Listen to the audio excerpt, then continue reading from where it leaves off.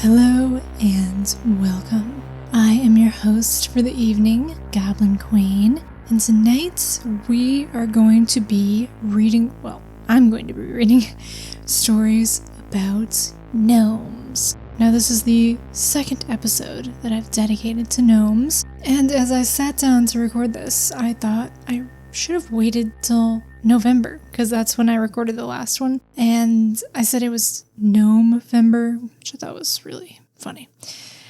But the time is now for gnomes, so going to read a good number of experiences with gnomes of varying description, although there are, commonalities that tie gnomes together. Normally very, very short stature, a pointed hat, a beard perhaps, but there's a bit of variety. And I have gathered these stories from Reddit, from your ghost stories, and from the Fairy Census. Maybe some others are thrown in there, but at this point, that's where I have stories from. So, stick around, because there's more to gnomes than meet the eye, and we should only be so lucky as to meet eyes with a gnome, although I would say the majority of these people who encountered a gnome aren't too keen on experiencing it again, which may be surprising to some people.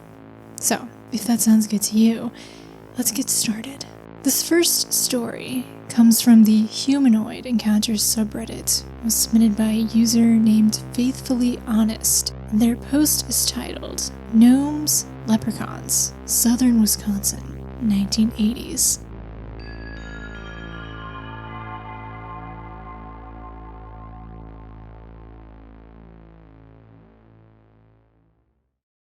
My stepdad was always a dry man. His humor was always what you would expect from someone born in the 1940s. He was devout in his faith as a Christian and hated superstition.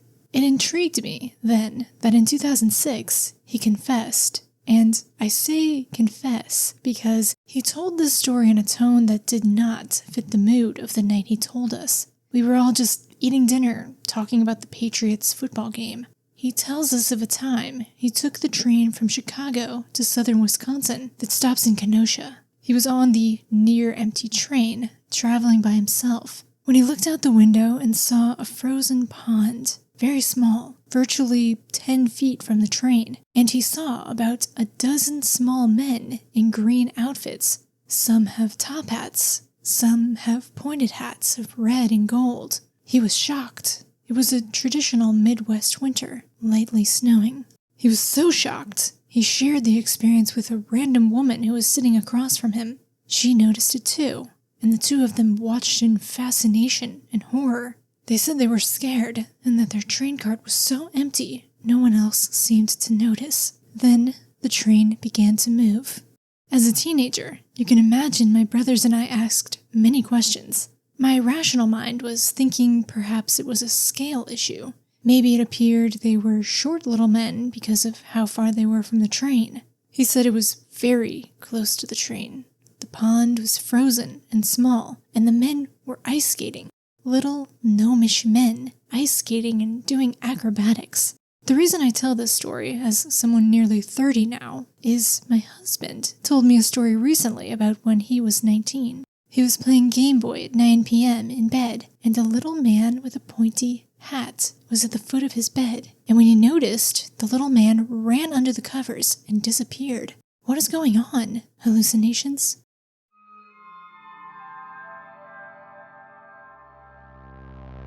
Okay, now I'm going to read some updates and edits provided by the OP.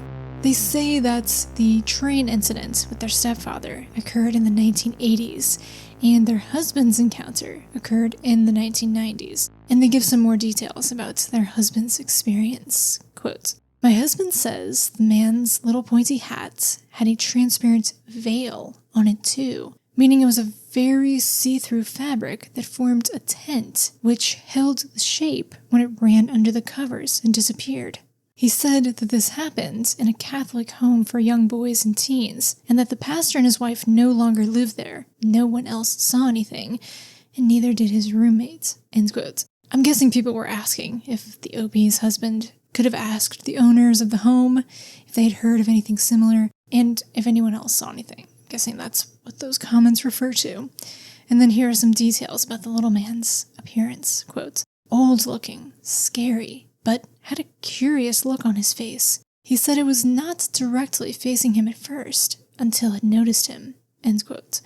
Also, for anyone who's curious, the game he was playing at the time was Tetris. So that just goes to show that it was, I don't know, such a vivid memory that he even remembers the game that he was playing. I'm very interested by the description of the pointy hat having a veil on it. A see-through fabric that formed a tent. That kind of reminds me of a hennin hat, what's called a hennin, which is also a pointed hat. And it's what I think a lot of people would know what I'm talking about if you thought of like a princess hat, like a conical tall hat. And a lot of time they have a veil coming from the top. So that's interesting that the gnome was wearing a hennin.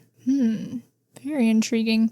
Those are both great stories. The gnomes ice skating on the frozen pond is just wild. Seen from a train window. There's a lot of twixt and tween elements there. They were on a train that was stopped. Let's see. Yeah, I think they were stopped because he said the train began to move eventually. So interesting. So he was in a state of travel when he saw this and seen through a window. So these could both be contributing elements perhaps to allowing you to see something that maybe you couldn't with your normal eyes. Who knows? Maybe there is little ice skating gnomes all around us and we just don't have the lens to see them. Wouldn't that be great? Next, I'm going to read some comments that were left under this story. The first one is from Acid Feed. Quote, in Mexico, people are very superstitious. We call them duendes, and I have even visited a town who is famous for having them, Huasca de Ocampo. I've talked to multiple people who have seen them as well. They are usually mischievous, and their goal is to protect treasure, or they just enjoy fucking with us. The town in Mexico I went to almost celebrates them, and there's stuff about them everywhere. Yeah, there's so many stories about duende from Mexico, and there's different translations. Sometimes it's translated to gnome, sometimes it's translated to goblin or elf. And then I haven't really heard of a solid description of what a duende might be. I think just a small humanoid, pretty much. A little humanoid, I think. But maybe there isn't a set description. But I do almost always hear that they are mischievous, sometimes even dangerous or malevolent.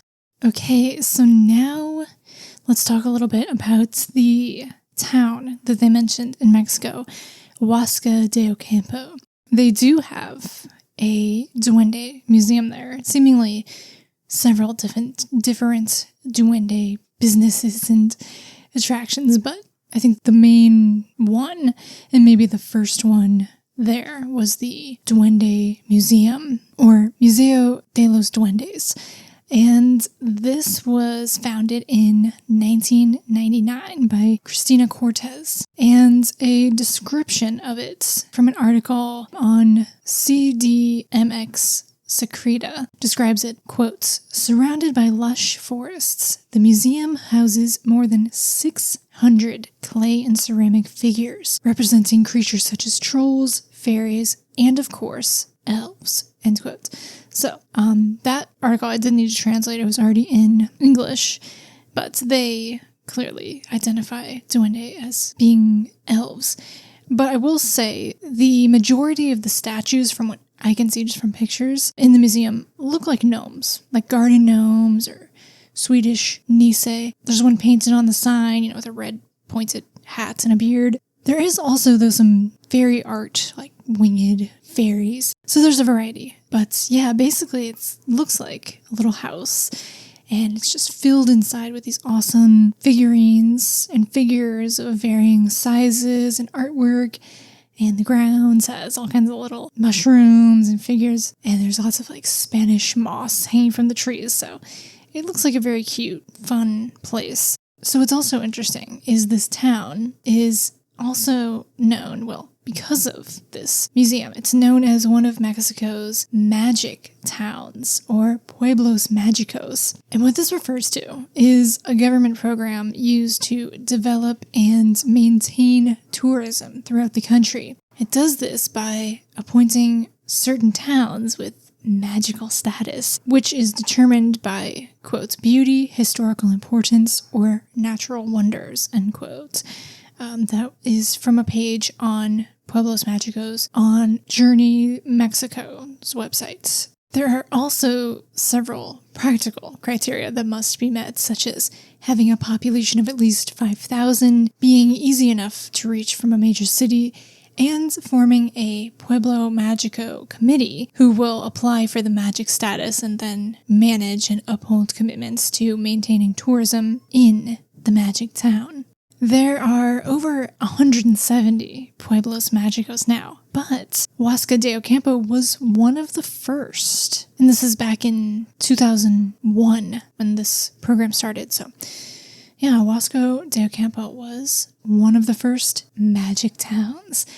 So that was pretty cool to learn about. Next comment I want to read is from Gerber991. Quotes, in southeast Wisconsin, we have this urban legend about Haunchyville. It's an alleged town populated by gnomes and dwarves, said to have escaped the circus. They live in the woods near a town called Muskego off of Mystic Drive, and there's an old man with a shotgun who is their protector and will shoot anyone who comes looking. Mystic Drive is all a subdivision now, so they might have moved to Kenosha, LOL. I first heard about it from the book Weird Wisconsin. Highly recommend it if you can find it. They have a whole section of cryptids like the Beast of Bray Road and the Hodag. Alright, so the book that they mentioned, Weird Wisconsin, that is by Linda Godfrey, which some people will be familiar with her, but she passed away a few years ago, but she was a researcher and an author focusing on paranormal topics. Her kind of specialty, I would say, were Dogman accounts. I think she kind of maybe she even kind of popularized the Dogman phenomenon, which is, I don't know if it still is, but at one point in time was really popular. So the entry for Haunchyville in the Weird Wisconsin book does not read as politically correct by today's standards, as it uses the term midget to refer to the little people that are rumored to inhabit the area. It's not written in a derogatory manner. 2005 was just a different time, I guess. I would think she probably didn't mean it in a derogatory term. It just, yeah, unfortunately, it was just kind of the things that people said more freely then. Either way, it also speaks to the nature of these types of urban legends. Legends about colonies of people living in the woods that have physical ailments or deformities, such as albinism, hydrocephalus, leprosy, dwarfism. I mean, they're really quite cruel, and they don't ponder life after death or the existence of creatures outside of known science. They just harbor a sense of fear and repulsion of people who aren't, quote-unquote, normal. And they never have any basis. In fact, I mean, there's no credence to such a claim. And also, speaking of albinism, the entry in Weird Wisconsin, I think, if not that one, then other ones I looked at, the one, like, average height or whatever man who's said to be their protector with a shotgun, I think they said he's albino or has albinism or something. Anyway, that's just ridiculous. Like, that's not... There's no basis in fact for that legend, right? And as much as I love urban legends and I find them fascinating, and I do think they are this modern folklore, these kinds of legends they make you kind of sad about how people alienate one another based on physical attributes. And folklore tells us things about culture, right? And it's not always good. and this is one of those cases.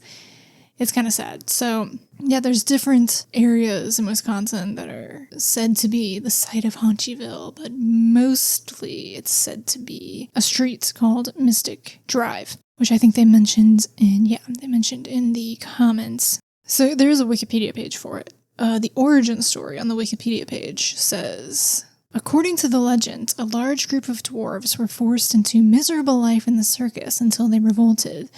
They killed the ringleader, chopped off his limbs, and hanged what remained of him in a forest. The gang of dwarves who detested certain circus performers fled to Haunchyville, where dwarves continue to develop and defend a community exclusively for dwarves. Yeah, it also said that in the mythical village is said to live an old man with albinism who serves as their protector.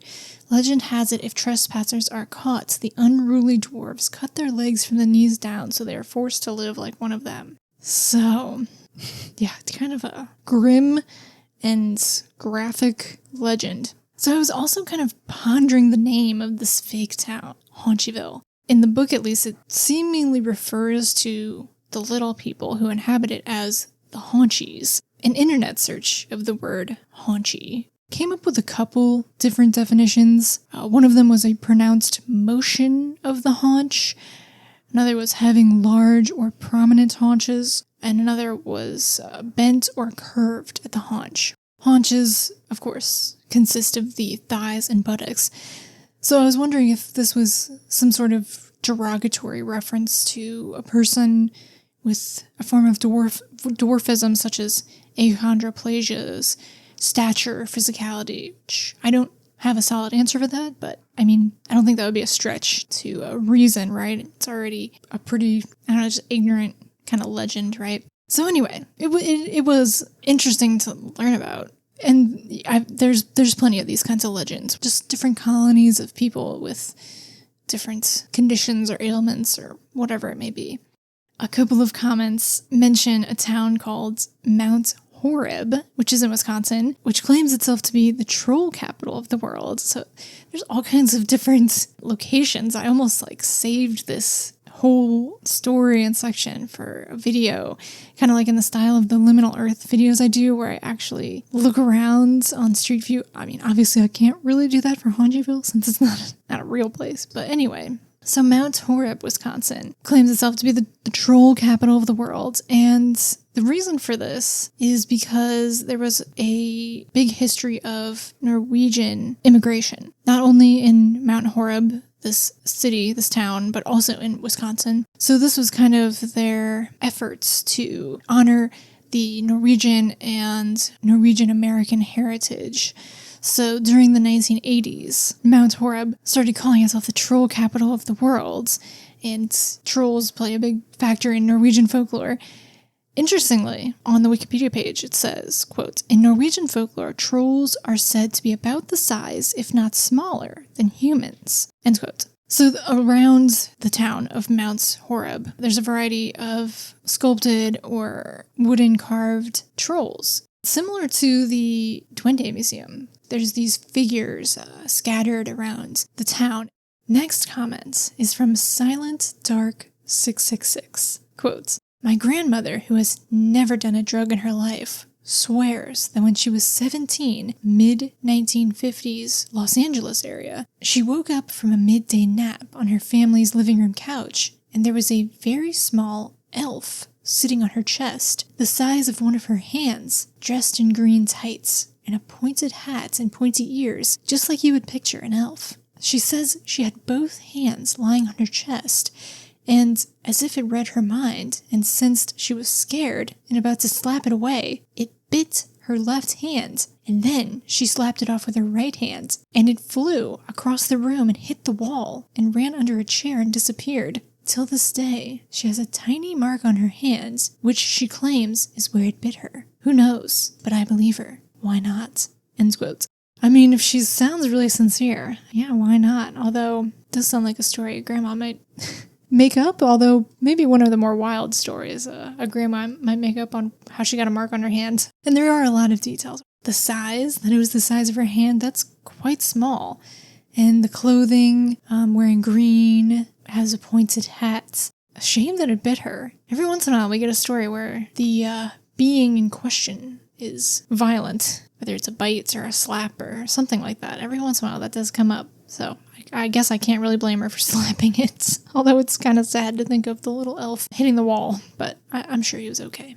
Okay, I have another comment, and the user is deleted, so I don't know who exactly posted it. It says, quotes, I live in northern Wisconsin. About 20 years ago, I was deer hunting deep in the woods. I had gotten out to my stand around 5 a.m., well before the sun came up. After sitting in the pitch black for about 20 minutes, I heard the unmistakable sound of a flute being played nearby. It went on and off for maybe a minute or two.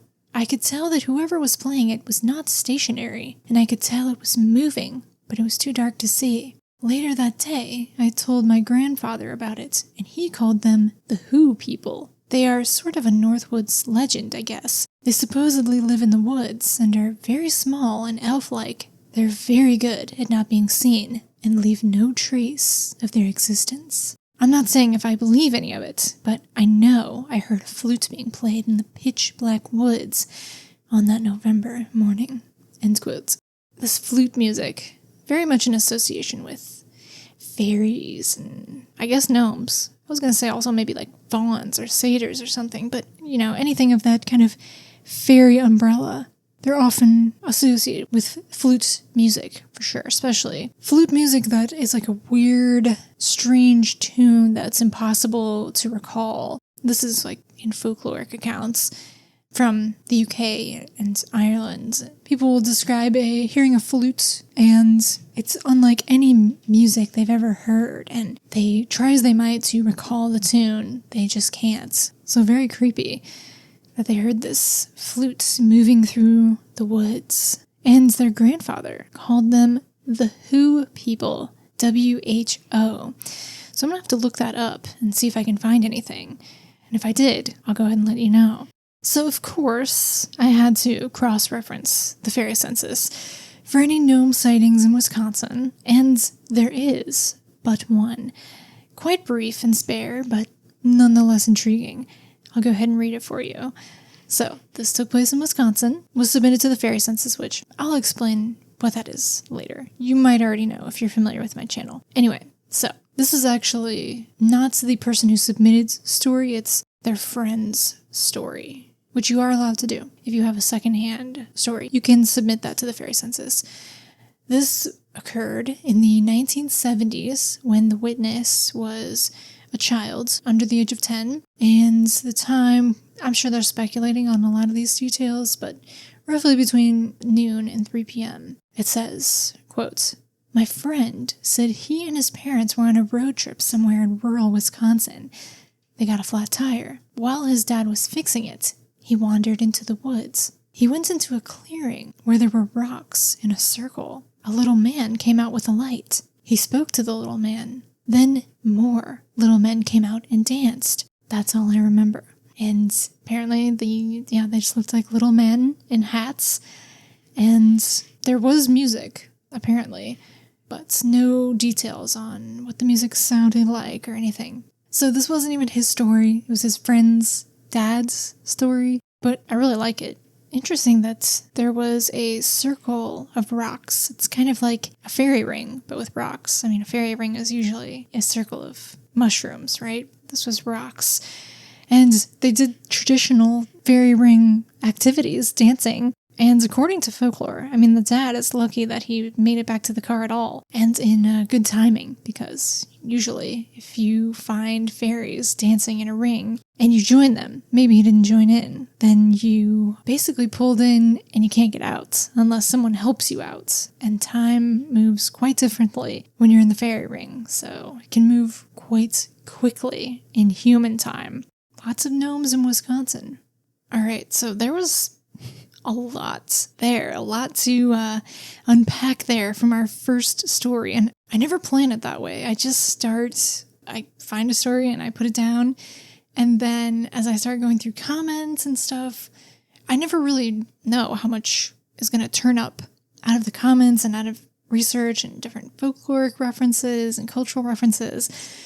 I find that a lot of times, for whatever reason, the first story that I pick is like very dense with information and stories and research and stuff. So we had a lot to go through with that. Not all of them are going to be like that, but we still have some more folklore to get through. Actually, in the next one, we'll have some. So let's move from Wisconsin to Fiji. this story is also in the Humanoid Encounters subreddit, and the title is, "So Dwarves and Gnomes are kind of common in Fiji, ... Let's go ahead and read it.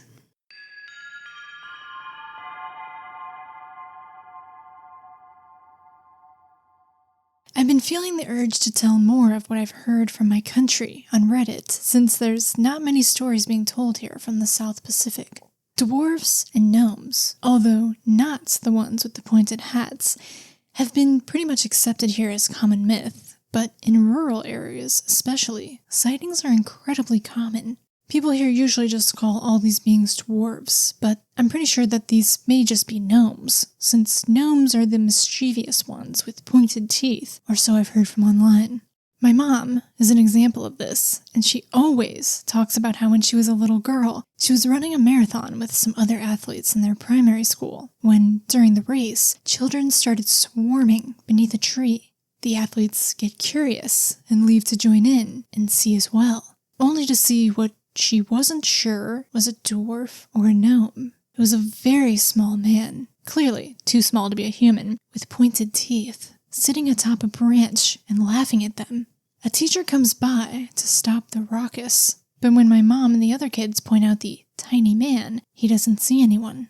The other incident I've heard of is my friend's. As a child, she used to be terrorized by them, pinched, ridiculed, and just overall bullied. Her parents, thankfully, understood something wasn't right, and when she claimed that little men were attacking her, they called priests.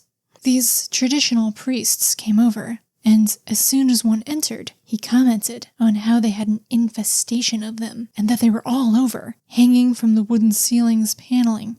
They did their thing, and my friend told me that she was never bothered by the gnomes or dwarves ever again. They just up and left after that. I've heard numerous other stories, but none too entertaining to write or post about. Just sightings, really. Sorry for switching between gnomes and dwarves a lot. In our culture, like I mentioned, we just call them dwarves when translating to English. But like I said, these sound more like gnomes. Stories of actual dwarves are still very common, though.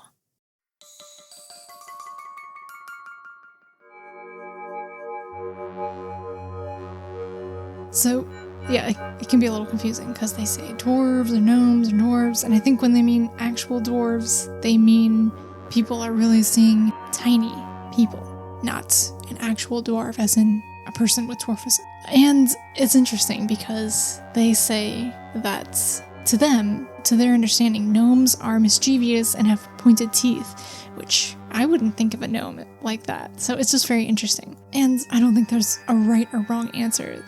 There's different names and assigned descriptions based on different cultures, and even pop culture and stuff has drawn lines between different beings. So we won't get too caught in the weeds on that. I do think it's interesting how, especially when you're translating, there's just so many variety of what's a gnome. I think it's very interesting. And then when they're talking about priests coming over, and they say traditional priests, so I think they would mean, like some kind of traditional medicine person and not a Christian priest, I would think. All right, I'm going to read a comment. This one is from Mike Jinks, who says, quote, "Yes, my grandmother, a native of the Fijian Islands, had a run-in with a gnome-like creature when she was very young. My grandmother spoke with it for a while. She then grabbed it in an attempt to bring it home to show it off. She was strong enough that it wasn't able to break free from her grasp, so it managed to swindle her into letting it go, which worked.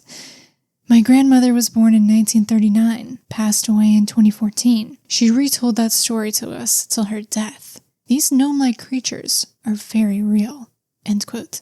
And then the OP says, quote, "Very interesting. They say if you are strong enough to hold on to it, that it will grant you a wish. Maybe this is why most of the legends have warriors being granted wishes after capturing a gnome. I learned from my mom recently that these are called lekas or vili." End quote. So that's kind of an interesting detail, that if you can hold on to it, they'll grant you a wish. It's kind of like a leprechaun from Irish folklore. But what I really gleaned from that comment is we now have a name or a term to work with, because when I tried reverse translating dwarf or gnome into Fijian, I didn't come up with anything. So a search for Leka, Leka, which I believe translates to dwarf, turned up a very interesting article on a blog called The Fortean, run by an Australian author named Paul Cropper, who has co-written 3 books, 2 on cryptozoology and 1 on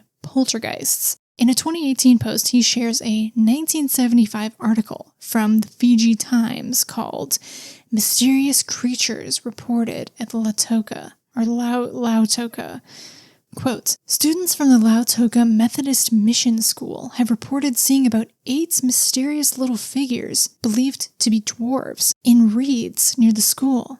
The figures, about 2 feet in height and covered with black hair, hastily moved away into nearby bush when the children began to approach them. The children's excitement brought more students and teachers from the Methodist school and a nearby Lautoka Fijian school. Scores of neighbors rushed to the scene as the news spread. These dwarves seemed to have jumped inside a pit near the bush, but on investigation, none of them could be found there. The head teacher of the Methodist school said, since the sighting on Wednesday afternoon, dozens of people have been gathering near the pit in the expectation of the dwarves reappearing. Some, with the fear that the little men might be harmful, sat there for hours with torches and sticks. The headmaster told Fiji Times that he threatened the children they would be prosecuted if they told a made-up story, but they remained firm in whatever they have said about the mysterious figures.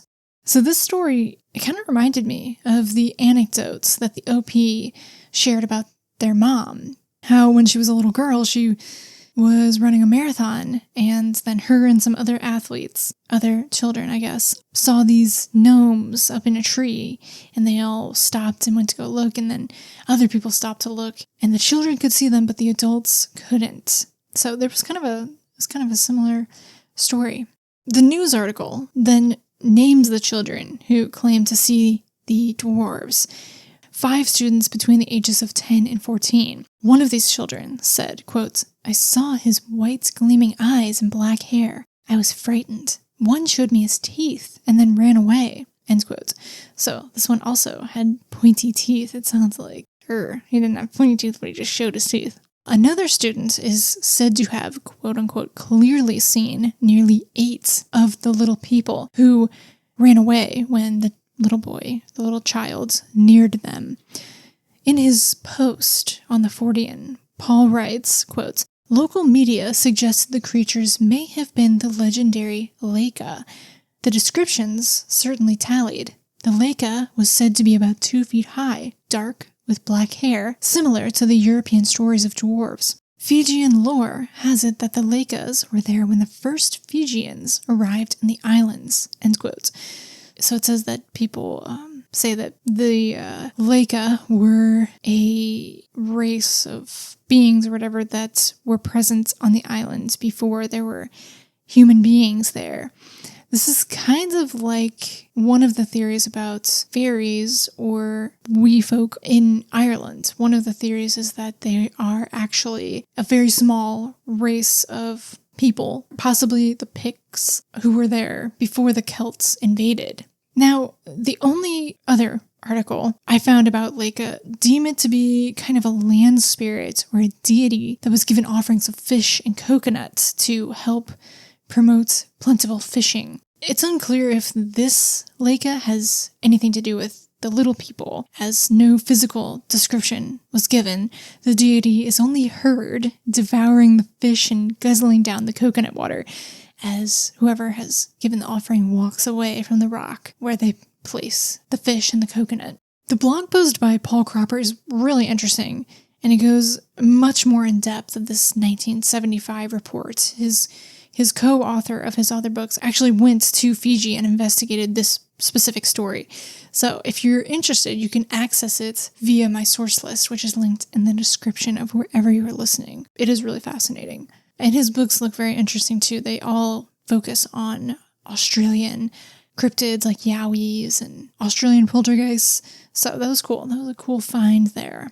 I couldn't turn up anything with the other term that the OP mentioned, Vili, V-I-L-I, but I will share one more comment before we move on to our next story. This is from Misanthrope in Love. Quote, very common here in the Philippines too. So many stories from my grandparents and from people living in very rural areas, but no story convinced me as much as what happened to my brother. One day, my brother, 8 or 9 then, and I were the last to leave our school, and dusk was already nearing. He was playing alone in a field with grass about 6 to 9 inches tall, just about 100 feet from me, when he suddenly sprinted and started clinging to me. He said he saw there was movement in the grass, and when he walked closer to see what it was, he found a very small man hopping around. He said it looked like your typical fairy tale dwarf with a pointed hat. I guess it sensed his presence because it stopped skipping and faced him. My brother says it looked annoyed and vanished into thin air. He's 25 now and says that memory is still as clear as day to him. End quote. That's a good little story. Interesting that he was hopping. And I like that he was annoyed and they just disappeared.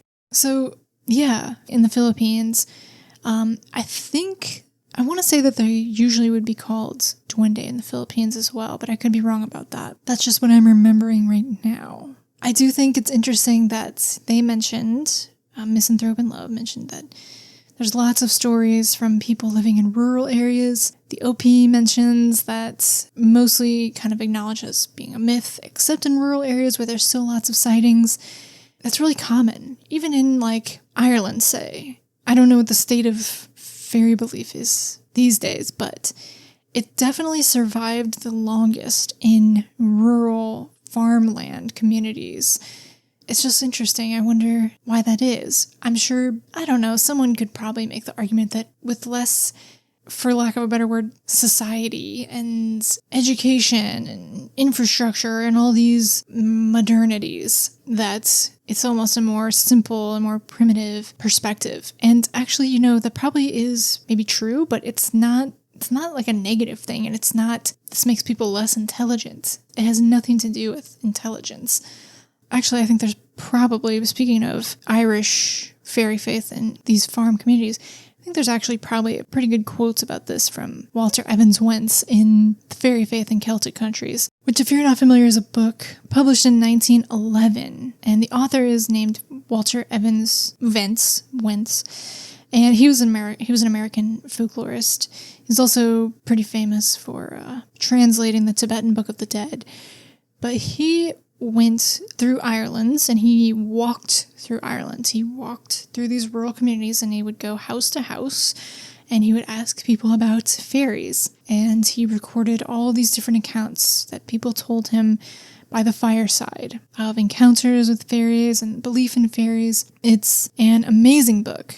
Let's read a quote or two from the introduction here. Quotes. The great majority of men in cities are apt to pride themselves on their own exemption from superstition, and to smile pityingly at the poor countrymen and countrywomen who believe in fairies. But when they do so, they forget that, with all their own admirable progress in material invention, with all that far-reaching data of their acquired science, with all the vast extent of their commercial and economic conquests, they themselves have ceased to be natural. The Celtic peasant, who may be their tenant or neighbor, is, if still uncorrupted by them, in direct contrast, unconventional and natural. He is normally always responsive to psychical influences, as much so as an Australian Arunta or a Native American, who also, like him, are fortunate enough to have escaped being corrupted by what we egotistically, to distinguish ourselves from them, call civilization. Instead of nature, men in cities, and paradoxically, some conventionalized men in the country, have civilization and culture. Are city dwellers like these, nature's unnatural children, who grind out their lives in an unceasing struggle for wealth and power, social position, and even for bread, fit to judge nature's natural children who believe in fairies? End quote. So I just think that's interesting, and I always really liked those kind of sentiments in the introduction to the fairy faith in Celtic countries. That, yeah, there is more of this belief in these kind of beings in rural places. But is that just because those people are closer to nature? So, yeah, I think we're going to be pretty just kind of story heavy from here on out. But a lot of interesting stuff to start out with there. Different cultures. And we are still going to take a look in different cultures. I'm going to try and get a variety here of different gnome sightings around the world. So this next story comes from the website Your Ghost Stories, and it took place in California. It was submitted by Vintage Glam, and it's called Little Man in Front Yard.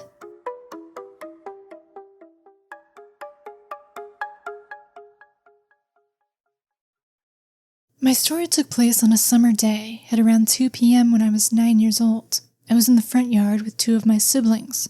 The front yard was huge.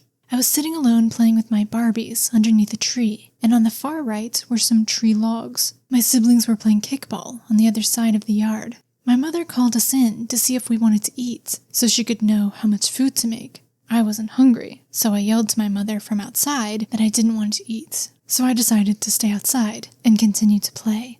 10 to 15 minutes later, something caught my attention from the corner of my eye. As I looked to my right, there was a small man who was about 3 feet in height right next to me. From what I can remember, this thing looked old, maybe around 50 to 60 years old. He had on pants. The material looked like tights, a white shirt, and a small vintage hat. The colors of the clothing were brown, tan, white, and some other dark tones. He had a 5 o'clock shadow and was solid in frame. As we made eye contact for a few seconds, he smirked and darted off quickly, ran and faded into the logs. I wasn't scared of him, more like I was surprised.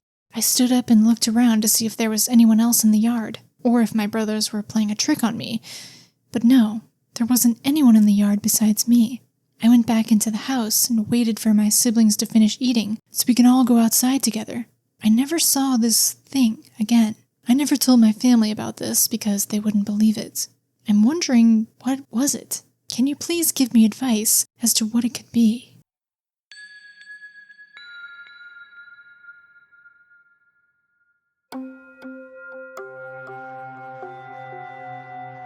Most people in the comments find this being to be a gnome.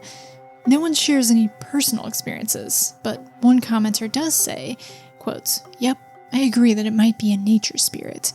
In Malaysia, we call them orang bunyan, which loosely translates as hidden people. Some will describe them as looking like leprechauns, and some will say they look like elves. I'm not as lucky as those people, having no luck spotting them." End quote. So, I'm not going to totally go off on a tangent and fully explain orang bunyan right now because I have done a previous episode where I talked extensively about orang bunyan because I became absolutely fascinated. This is the Malaysian equivalent of fairies, and I generally found that they were human-sized. I'm not sure if what this commenter means by some people say they look like leprechauns and some say they look like elves, meaning that one is very, very short stature and one is kind of standard, average human height. That's my assumption as to what they mean, but I'm not sure. But I found some really interesting stuff about them in lots and lots of accounts online. So I've only just started numbering my episodes, but if you do want to go back and listen to that one, it's from December of 2024, and it's called Dish Lending Elves, Dance Teaching Dwarves, and More Multicultural Fairy Experiences. Part of the reason I've just started numbering my episodes is because I have these really long, wordy episode titles. So if I want to reference a previous episode, it's going to be a lot easier if I just have a number that you can go look for. I'll also try and remember to link that one in the description if you want to go listen to it. But yeah, orang bunyan, that's another cultural variation of really a kind of similar thing. Let's now move on to the Fairy Census. All of the stories I'm going to read, I believe, at least the next handful, are going to be from the Fairy Census, which, if you're not familiar, my really, really quick spiel about it is that it is an ongoing academic research project conducted by British folklorist, folklore historian, Dr. Simon Young. And what he's doing is actually really in the tradition of Walter Evans Wentz, who I just talked about after the previous story we read, the author of The Fairy Faith in Celtic Country. This is really in the tradition of that book. He's one of the inspirations for the Fairy Census and the format. So Dr. Simon Young is collecting modern fairy sightings, and they're anonymous. Anyone can submit. It's still ongoing. So there's a link in the description on how to do that if you do have a fairy experience and you want to submit. But basically, he's collecting all these accounts and compiling them into different censuses of 500 sightings per census. There's 2 that are published, and the 3rd is in progress for publication. And these are all what people claim to be their genuine experiences with fairies, having seen a fairy or a gnome or something of the like, or sometimes something totally strange that you wouldn't probably normally attribute to a fairy sighting. It's so interesting. I have a variety of episodes reading from the Fairy Census, some dedicated solely to reading from the Fairy Census, and often I'll just pepper them throughout episodes, like now. So these are all going to be from the first Fairy Census. This account took place in Sweden, they said somewhere outside of Stockholm, sometime between the year 2000 and 2010, when the witness was in their 30s, and the time was between 9 a.m. and 12 p.m.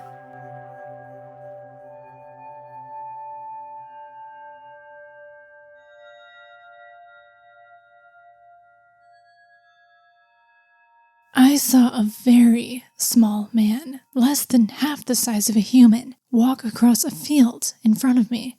I was walking in the field. He was crossing my path. He was wearing a workman's apron over his clothes, and I think he was carrying a bag, a satchel, something like that.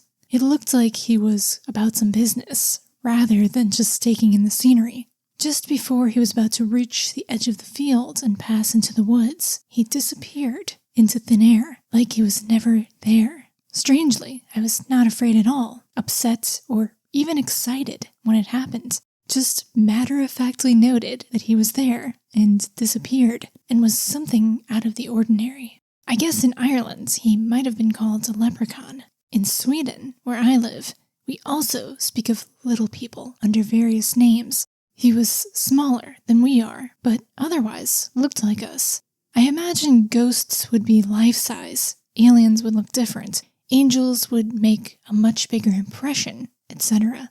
He seemed to be one of a supernatural little people as he disappeared into thin air.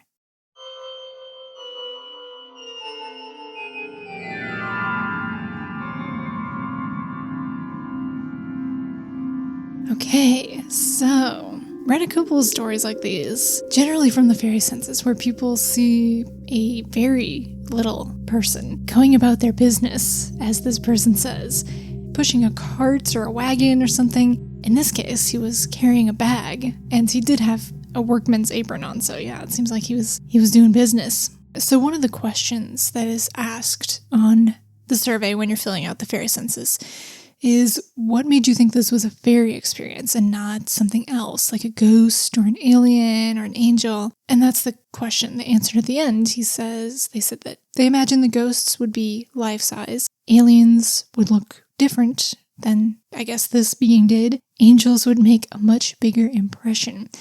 So that's why they categorize this as a fairy experience. And it seemed like it was a supernatural being because it disappeared. Vanished. And as they said, Sweden has a very rich folklore of different kind of gnomes. I mean, what we think of as gnomes now, the garden gnomes, they come from Sweden, the Nisse, that imagery. Let's go ahead and read our next one. This one took place in England, in Cambridgeshire, when the witness was in their 20s, and it was between the year 2010 and 2020. The time was between 9 p.m. and midnight.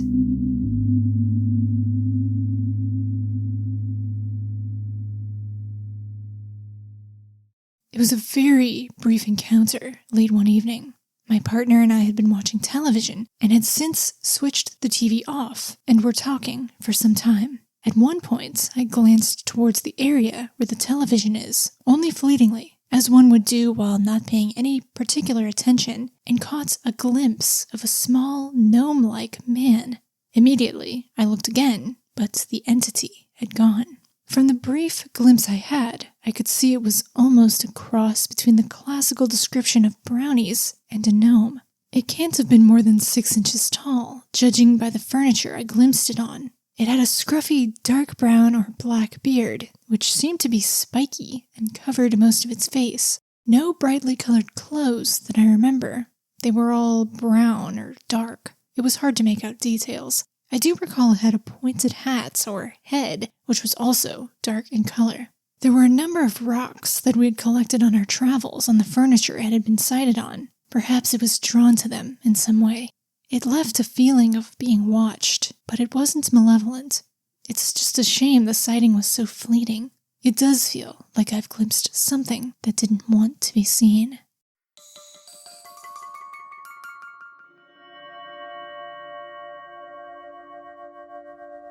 There is a reoccurring theme in these stories of the gnomes, or whatever they are, reacting to being seen or noticed by the witness. It makes you wonder if they aren't there more often, unseen, but nevertheless present, so that when someone actually does catch sight of them, they're quite shocked, because normally they are just able to go about unobserved.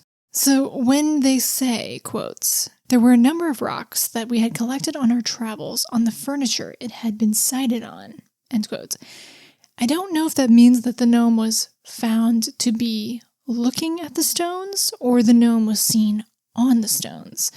I didn't quite understand the grammar of that sentence, but I wouldn't be surprised if they were interested in the rocks. Gnomes are actually classically assigned as earth elementals by the Swiss alchemist, physician, theologian, philosopher Paracelsus. And even now, many people think of fairies as nature spirits, and gnomes fall under the umbrella of fairy. And so I think it has always been the case that people sense that they have some sort of tie to nature. So wouldn't be surprised if they were interested in the stones that had been collected from various places. All right, let's keep pushing on to our next story. This one also took place in England, but in Cornwall. This one took place in the 1970s when the witness was between the age of 11 and 20. The time was between noon and 3 p.m.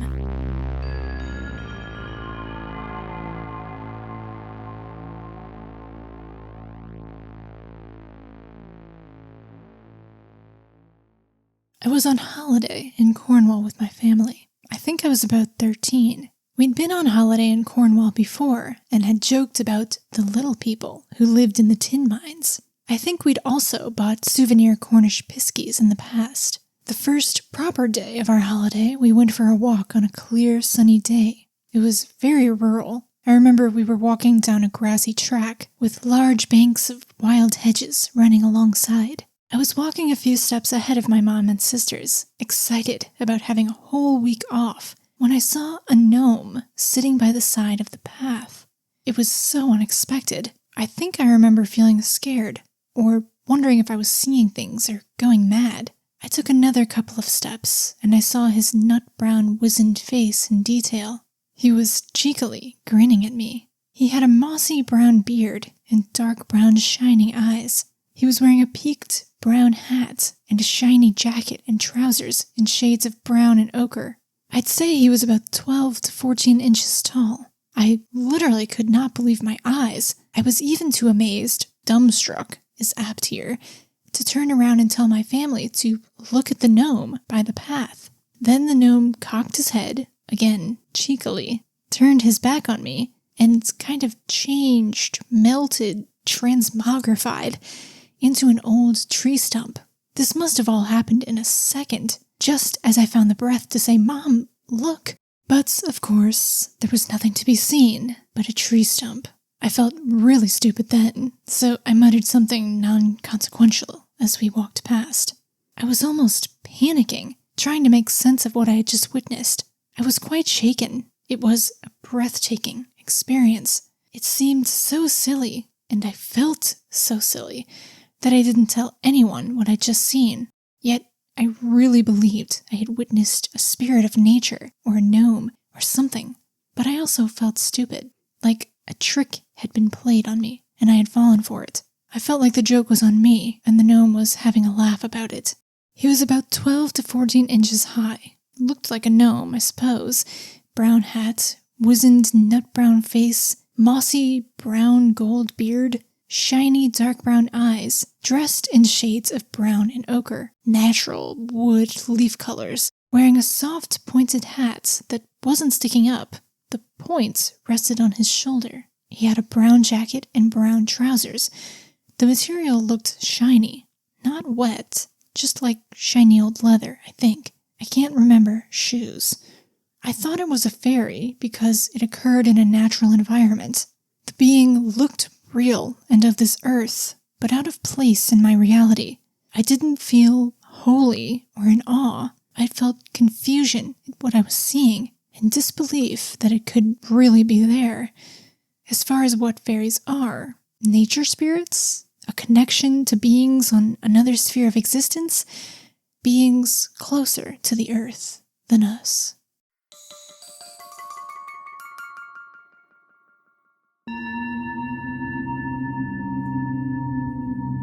So, Cornwall is a place that is just so rich with folklore. It has like a very kind of unique pocket of folklore there. Very similar to Welsh because they're right on the border, but Cornwall has this they have their own cultural identity that is just really fascinating. So they mention a little bit of the folklore there too. They said they had joked about the little people who live in the tin mines, and these are called knockers or knackers or Tommy knocker, but I'm not sure if Cornish people would call them Tommy knocker or if that's something that's been adopted in the US. Like when this folklore was brought over, I think Tommy knocker might have been something that was started, a name that was started in the US, but I could be wrong about that. But yeah, they're little, gnomes or goblins, little folk that inhabit mines. And there's kind of like paradoxical, conflicting stories with them. Like in some cases, people think they're malevolent. And if you hear this knocking in a mine, it means that the mine is going to collapse. The collapse is imminent. And some people think that the knockers caused the collapses. I would think that that's maybe them being protective of the earth, right? In a really grisly way, but it's like, stop mining the earth of its minerals, and that's like punishment for doing so. But then some people also think that they knock to warn miners that there's going to be a collapse, so maybe that gives them a chance to get out of the mine. So yeah, there's different attributes that people assign to them, whether they're malevolent or helpful.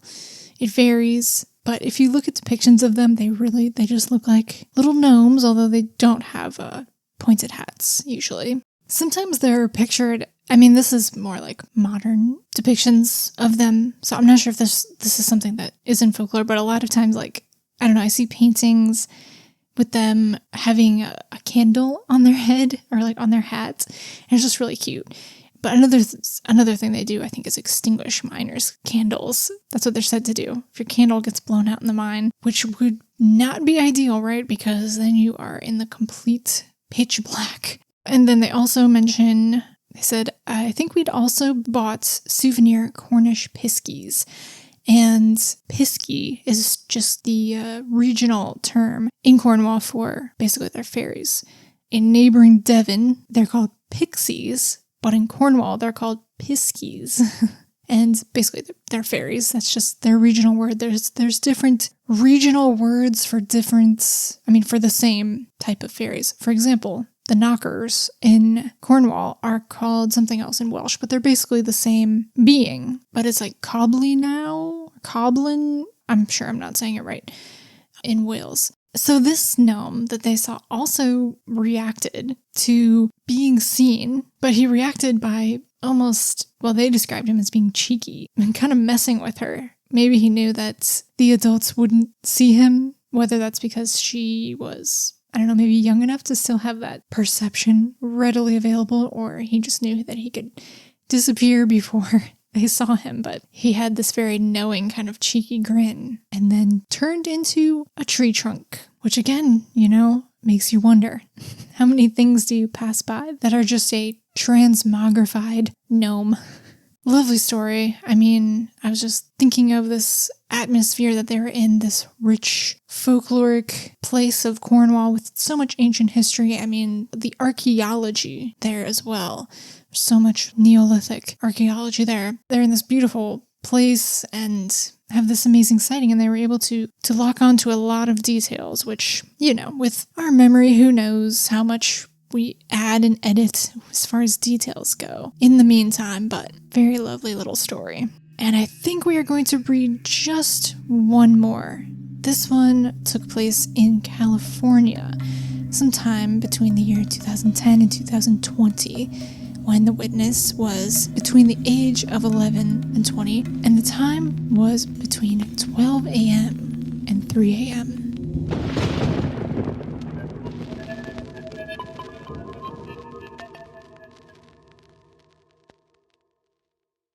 This is my second encounter with a fairy. This experience happened about 3 years ago when I was 15. My family rented a cabin in California during the summer. It was my first time visiting since I was little, and I'd forgotten how beautiful it was. Our cabin was surrounded by the forest, and my brother and I would be staying in a bunk bed next to a large window overlooking the trees. After a long day of driving, walking around town, and drawing on the patio, I fell asleep quickly in the top bunk. In the middle of the night, or maybe early in the morning, I groggily awoke to what I thought was my cat, shuffling the blankets at the bottom of the bed and stepping over my feet, forgetting I wasn't at home, and none of our pets had come with us on our trip. A few seconds later, when the movement still hadn't stopped, and my half-asleep brain began to remember where I was, I sort of half sat up and turned over to look down at the end of my bed. It was dark, and really only a silhouette, but the window let a lot of light in, so I could see well enough. It was a gnome, about a foot tall, stopped half on top of my legs at the end of the small bed. I could see the arms, the shape of a body, and a head in a pointed hat. I wasn't alarmed. I understood that he didn't mean me any harm. He was just checking what I was doing in his land/home, so I rolled over and went back to sleep. It didn't feel scary or alarming at all. In the morning, I mentioned it to my brother, but he said he'd slept through the night without any interruption.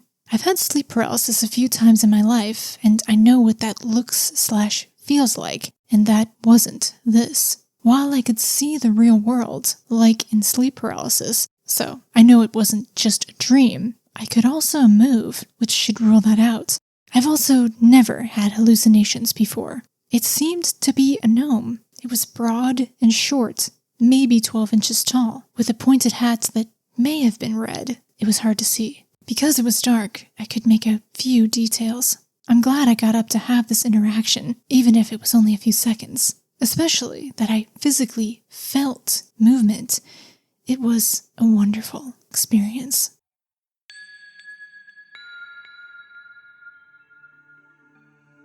That's lovely. I love that they felt that it was a good experience. A lot of times people get really freaked out by these experiences, and as much as someone reading or listening to these stories might be like, why would you be scared? I want to see a gnome. In the moment, especially if you're a kid, it could easily be scary because it's not something that you expect to see or to be real. And also, I mean, you would think it'd be pretty weird to see a gnome at the end of your bed and feel it and then just accept it and go back to sleep. And one of my favorite podcasts, Strange Familiars, the host, Timothy Renner. If you're not familiar, first of all, go check it out. It's where people come on and tell their own personal experiences themselves in their own words. But so many times, and the host of the show, Timothy Renner, he always points this out, that people will have these types of experiences in bed where they see something like a gnome, or sometimes it's Bigfoot looking in your window, something crazy, and they just go back to sleep. When it's like, you feel like that would shock you awake, right? And how could you go to sleep after that? but it happens all the time. So it's very interesting. And they make their case for why they think that it wasn't a dream and it wasn't sleep paralysis. They said that they've experienced sleep paralysis, so they know what it feels like. I'm sure people have their opinions otherwise about the reality of this experience, but they feel very confident that it was not a dream or sleep paralysis. And again, they felt that it was some type of nature spirit, right? They felt that this gnome was just coming to see who was there on the land that is their home. So yeah, thought we'd go out on a pleasant experience. Sometimes I like to go out on a really weird one or a really creepy one, but let's go out on a nice, wholesome experience. So, as I might have mentioned in the intro, who knows? That was so long ago. I can't remember. This is my second episode dedicated just to gnome experiences. I'll link the first parts in the description of wherever you're listening if you want more gnomes and you haven't listened. There's some really weird ones in that episode. And there's plenty more. It's shocking how many gnome sightings people report. There's plenty more in the Fairy Census, Reddit, other publications, so they could have their own spotlight once again. Hopefully you enjoyed those stories. There's something about gnomes that are just, I don't know, they're so cute, they're so intriguing. Again, they fall under this umbrella of fairy, but they do seem like their own little thing, right? I mean, they have their own kind of uniform. I know I was going for a bit of variety here, but so often the pointed hat comes up, or the red hat. It's very interesting. They seem to have a little gnome uniform. And they're adorable, although they can be quite creepy, depending on the encounter. I mean, the pointy teeth gnomes in Fiji, those sound a little creepier than the little bearded garden gnomes that we've come to be so familiar with, right?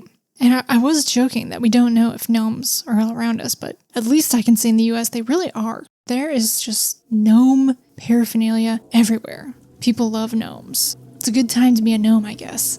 Anyway, thank you so much for tuning in. I will be back very soon with more stories. It's almost October, the time of this recording. Very exciting. So, until next time, take care and good night.